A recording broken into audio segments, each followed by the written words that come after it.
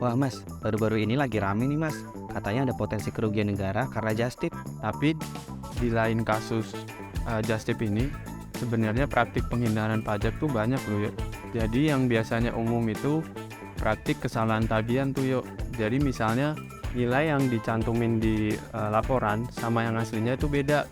Oke, baru-baru ini Prakarsa ngelanjutin riset sebelumnya tuh.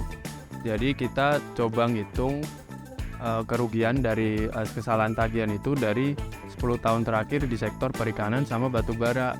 Nah, total gapnya itu bisa sampai 200 triliun per tahun yuk.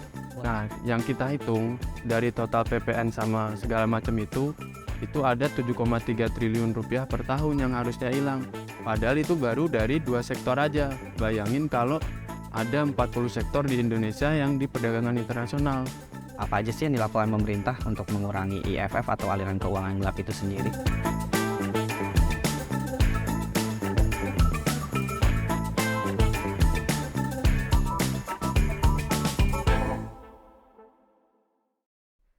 Wah mas, baru-baru ini lagi rame nih mas. Katanya ada potensi kerugian negara karena just tip.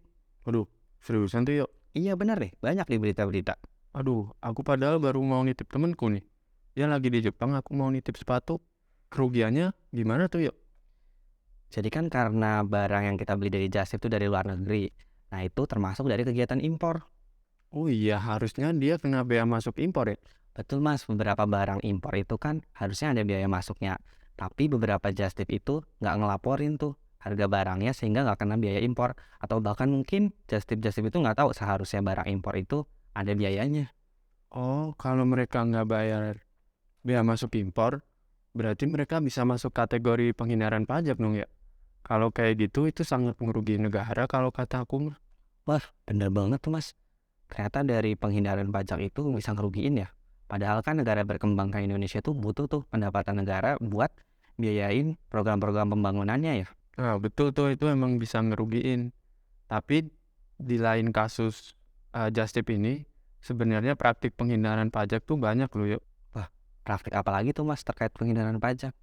Jadi yang biasanya umum itu praktik kesalahan tagihan tuh yuk. Jadi misalnya nilai yang dicantumin di laporan sama yang aslinya itu beda. Nah, itu yang beda bisa dari harga atau dari kuantitas barangnya yuk.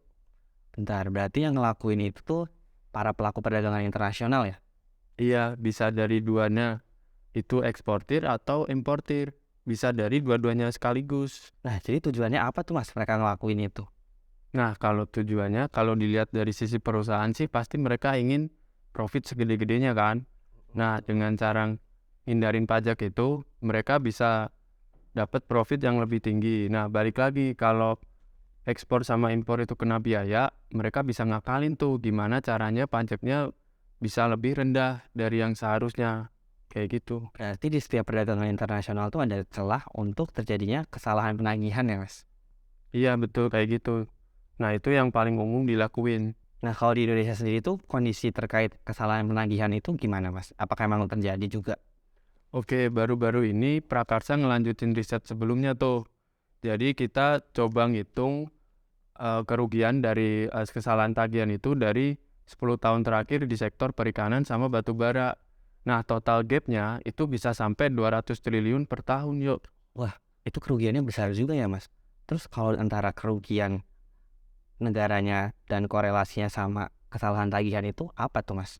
Nah, di Indonesia kan diterapin tuh PPN, PPh sama bea masuk sama bea impor. Nah, kalau Indonesia sudah kayak gitu, berarti kan harusnya ada potensi penerimaan tuh dari gap kesalahan tagihan tadi. Nah, yang kita hitung dari total PPN sama segala macam itu ada 7,3 triliun rupiah per tahun yang harusnya hilang. Padahal itu baru dari 2 sektor aja. Bayangin kalau ada 40 sektor di Indonesia yang di perdagangan internasional. Nilainya tentu pasti lebih gede dong. Wah, jadi memang penghindaran pajak itu nilainya sangat besar ya. Padahal kan negara berkembang sama yang tadi kita udah jelasin tuh. Mereka butuh dana dari pajak itu untuk membiayai program-program pembangunannya.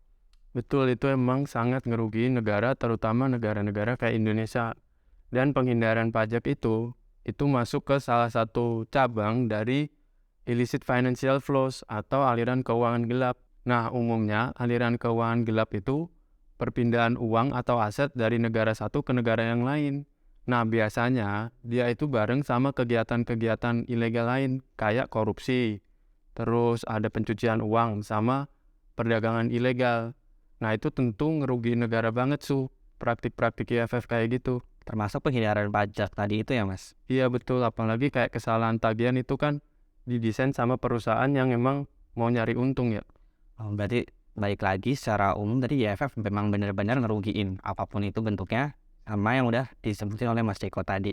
Berarti mungkin kita sekarang bakal berpikir nih karena memang merugikan. Nah, sebenarnya IFF ini harus gimana ini biar berkurang ataupun ya memang hilang gitu IFF-nya.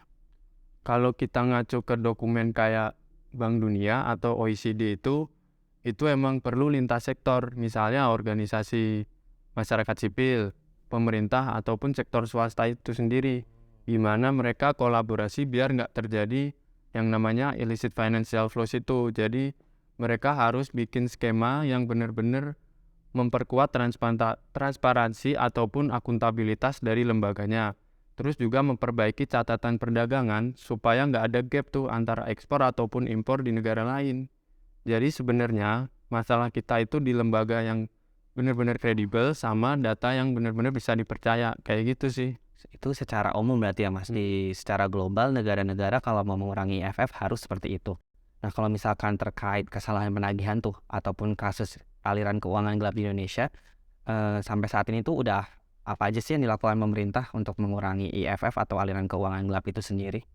Oh iya, hasil kita ngobrol dari Kementerian Keuangan kemarin, terutama dari Direktorat Jenderal Pajak, mereka bilang sih udah banyak aktivitas mereka yang buat ngurangin IFF ini. Misalnya mereka sinkronisasi data kerjasama dengan Kemenkumham sama KPK itu buat ngurangin celah-celah IFF. Cuman dari DJP itu sendiri mereka masih ingin duduk bareng sama Direktorat Jenderal Bea Cukai sama Kementerian SDM. Soalnya mereka yang paling otoritas untuk mengatur IFF dari batu bara terutama. Nah, mereka pingin informasi detail terkait sama pembeli sama tujuan barang itu benar-benar bisa dipercaya sehingga mereka bisa nge-track itu data-data buat perdagangan internasional dan ngurangin celah-celah IFF. Jadi intinya duduk bareng sih mereka yang dipingin. Oh, jadi memang bener banget sih apa yang udah dijelasin Mas Jeko ya. Emang koordinasi antar pemerintah tuh sangat penting. Dan memang ya PR besar ya buat pemerintah untuk mulai serius mengurangi IFF ini. Tapi kalau ngomong-ngomong balik lagi ke obrolan kita tadi, Mas Jeko jadi nggak nih beli jastip sepatu? Terjadilah kalau Tuh. kalaupun kita emang harus kena pajak ya nggak apa-apa. Itu kan kewajiban kita sebagai warga negara.